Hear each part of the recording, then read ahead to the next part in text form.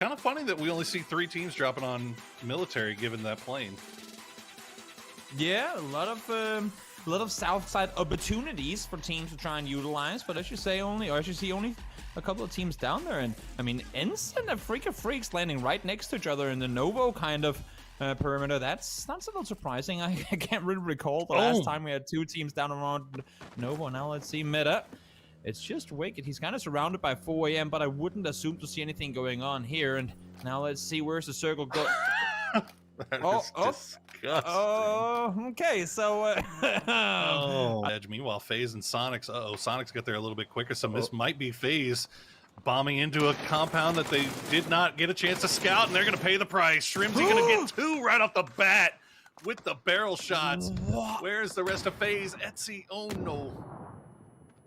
They were not expecting this whatsoever. It's very rare to see FaZe kind of go into an area without at least scouting first. So them not really scouting coming into this must be a clear telling that they were not anticipating anyone to be around here this early on. HC is still alive. He has 3 knocked players, so if he can pull out a miracle, he might be able to get them all in there. But that nade should be on point, and it is. Adrian, Mime, and Shrimzy all in on the action as FaZe just gets to the swamp, and they get taken out instantly.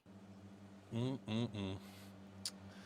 mean, we've seen it so many times, Toby, where teams are just not taking the time to do the proper scouting like they normally would, and it's really rare. I think I agree with you. It's extremely rare to see FaZe just kind of just full. They prioritize getting their players back on their feet, despite how aggressive they are. They always want to get everyone back. So seeing them practically instantly being there once the knock came in, that makes pretty good sense when you think of how they like to play their game. Circle, in the meantime, Poro has changed, and up to the north we go. It's still gross. It does end up going hard to the north, but it's still 50% water. And oh my gosh, Hansia just getting picked out by Wicked right there. Nicely done. And Meta, like we said, they had that full surround on Afreeca. I'm sure Afreeca kind of knew, but maybe they did not realize that they were as surrounded as they were.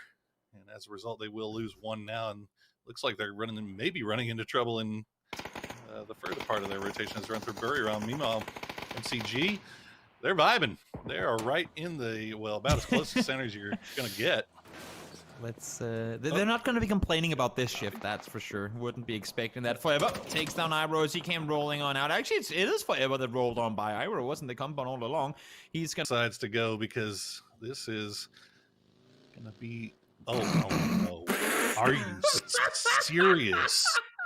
What Toby, that is more than 50% water. The overlay can't even have the whole thing in. What? Sia, the center of the circle has to be on land, right? Sia is on the only part. This is the craziest circle I think I've ever seen in Circle 3. Oh no. That is... Oh, Meta. That is a pretty good jump out of the vehicle and get the kill on Maui, but what? Maui almost roasted.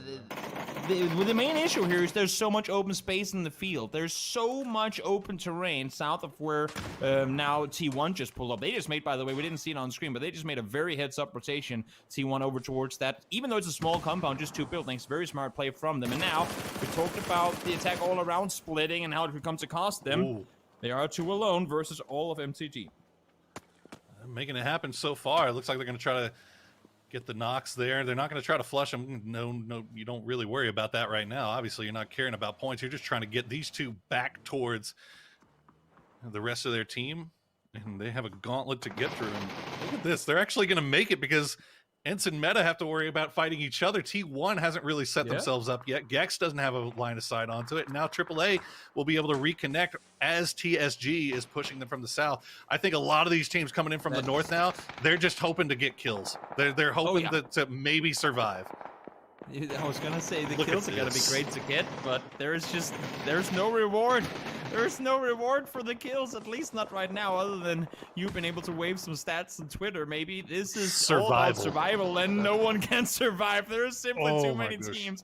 Massive credit, while all kinds of hell breaks loose here. Massive credit to attack all around for being able to make that play on down. Hikari 1 HP has to commit to shooting. It ain't gonna work. Kickstart able to find him seen if they're going full pull-up mode, and they have to. We know how difficult this terrain is, and the next circle is gonna go even further south. Oh my lord, is this circle bad? When have we ever seen 3 teams fight here? This is absolutely brutal. I mean, it's absolutely brutal. And you know, Zenith for their part did a good job of trailing Afreeca, and they just kind of backfilled around them, took a couple out while they were on the move, and now it's just down to EJ. But EJ can still cause a whole lot of problems for them. Meanwhile, Meta, they're still trading back and forth with Ence. Ence doesn't have to push up on this. But every time Meta peeks over the top, they have not only Ence, but they've got MCG, 4AM, Soniqs, GEX, everybody in the world kind of looking at them. So they're kind of sitting in this bowl, and if they leave the bowl, they basically risk getting knocked. So you can see, I think they're kind of just making sure that nobody tries to push on them, maybe not over peaking too much here. One of the things that terrifies me is I know pretty much exactly where the next circle is going to go down towards the southwest. Oh, it has to. I mean, okay, so straight west. I thought it was going to actually go further south. GEX getting neighbors visiting. Bear tries to pull up, but it's actually going to be Yankee from the other side, getting him down. And Sills, and once again with the mid-air action. This time, well, not him flying. That was Peng, and he goes down. Weren't many options available to TSG, but sending it right down the gut doesn't end up paying off there as you see them go down. Meanwhile, Attack All Around, who was trying to hold them off for the better part of their compound there. They're still alive there in the southwest. And okay, here's what we were worried about. The Buriram pinch from the north, Infantry from the south. This was just looking horrible for STK all along. All they had was smokes and rocks to work with. And this is just feels like a matter of time before this is going to get wrapped up here. It all depends on where their 9 spots Luke and Uncivil above. And now one has been seen. I believe that's Uncivil. Yep, taking damage already. So at least they know where he is. And with the burning vehicle, you'd have to expect 9 to be aware. Actually, it's going to be connected from above. So just when you thought Luke might have a chance, here comes Buriram from above and slaughters Luke within seconds. And now let's see how Infantry managed to do this. They finished off yesterday with a 19-kill third place. So if there's a team that really feel hungry for a win here, that would be Infantry. They are absolutely feeling themselves right now. They are on the roll. They've decided, you know what, we're just going to go back to that kill-hungry, push, play the edge. Just the style that we won PCS 1 with, the absolute dominance. And then so far, they've gotten a lot of kills for it. Haven't gotten the win just yet, but you got to feel if they keep that going, it's only going to be a matter of time while we wait and see where this next circle is going to go. Most likely, I got to figure it's okay. Yeah, there you go. Can't be that. It can't continue to be at the north side, but I mean, when you start looking, oh, what happened here? Buriram opening it up, and now Uncivil. Okay. All right. Rough stuff here for MCG. It's even going to be harder to hold for Zenith as now 4AM has to go somewhere too, and that Ence spot is looking pretty tasty. As Shilu going to find Diggory. The throwables are still coming out. Now, here's the thing. Ence still has a whole bunch of utility. I don't think Meta has much of anything. Meta sent everything they had down at Ence, so Soniqs has been able to just kind of hang out there. Meanwhile, 4AM is just landing grenade after grenade. This was always going to be rough for Ence here. I think it's just down to Tixu now. And it's just going to be a matter of time before those smokes go away. Vehicles are great for cover, but it is also like hiding behind a big red barrel. It will work against you at some point, especially if you don't have anywhere to go. Tixu trying to stay put within these smokes, down to 40 HP, trying to bandage his way to security. And you can see this is also detrimental how early teams had to rotate. He's down to just 13 bandages, no first aids in the meantime. Zenith want to take control, but it ain't happening. Tank holding off, finds 2. Let's see if he can take down Kickstart as well. No, not going to happen. Down he goes, and this might give time to Zenith to get the rest up. I'm sure Shinboy should be able to get back up on his feet as well if he can crawl into the circle fast enough. Rough, that is, sorry. And there goes Tixu. And actually, Soniqs creeping over there and stealing a couple of those away. So Meta looks like they tried to send Silzen over the top to maybe peek around the smoke, and he ends up paying the price. You can see they still have some Molotovs going, but look at the damage Soniqs has taken here. Both my man Trimsy on a 1 HP. Somehow staying alive and holding it down as Forever. Summer, I think you're about to have a nicely cooked present thrown your way here. Oh, look at this Meta. Yep. They crash into the compound. They're sitting tight. Note to self: don't put suppressors on your DMRs. They will be visible sometimes through those walls. And Summer, despite being flashed, actually wins the trade just to be kicked out of the server by Kickstart immediately after. So down he goes. Now, since they lost their Wookie and Iroh, so it's just Vard and Miraku sitting in a shack. And now, some NA on NA action here. Zenith, well, they have to push forward. They do still have the dip that Meta was in before. I'm not sure if they realize, but they should be able to take that and play over the top. Now, Nates, though, are gonna come into full effect. One knock on each side so far, but seems like all the damage is being done over towards Soniqs right now. Nice nade to follow. Kickstart continuing to do a ton of damage.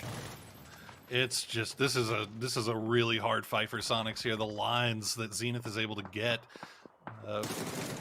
and the fact that they still have so much utility left. Meanwhile, yeah, Roth is going to find Tig. This is just Soniqs getting picked apart piece by piece. Zenith is looking really, really strong right now, as they have been fighting throughout this entire game, and they're going to fight their way to this spot, and they're going to have the whole north to themselves here as soon as they can take out last player Tiggleton.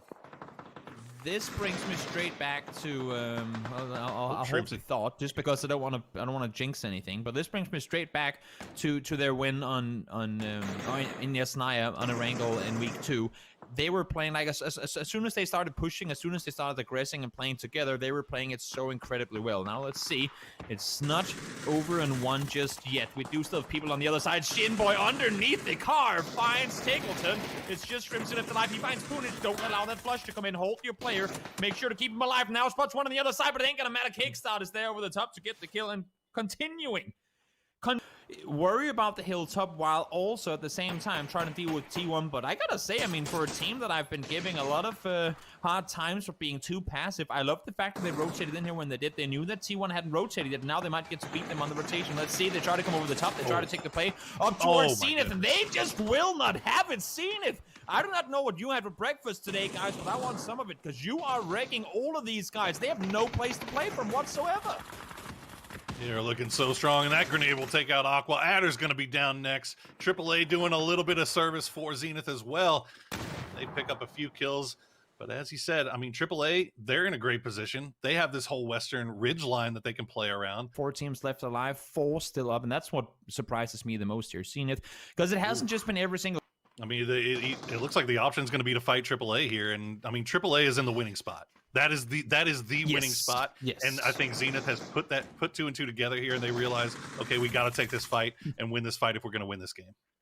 Do the math, make your predictions. Who would you rather fight? And I think it makes pretty good sense that they take the fight to attack all around, because this is the situation where we've seen attack all around kind of fall off, with the exception of the very nice push out towards Liquid they had, which got them their win on Pachinki last week. We haven't really seen a whole lot of 4v4 up close dominance from attack all around. This could change though, we'll see, because this is a pretty good one, and right now it has Zenith pushing forward. Look at him. Oh, this is clean stuff. And look at Kickstart. Does he get them all? Yeah, he does. 17 kills now for Zenith, and they have taken what it could arguably be considered the winning spot. And oh, look at this 5-head play from Roth. He knows that they need to expect this push from GEX. The wrap around. This is GEX's only real play, and Roth already over there to try to hold them off here. As Meta's just going to hang out in their building. That's all they have to do.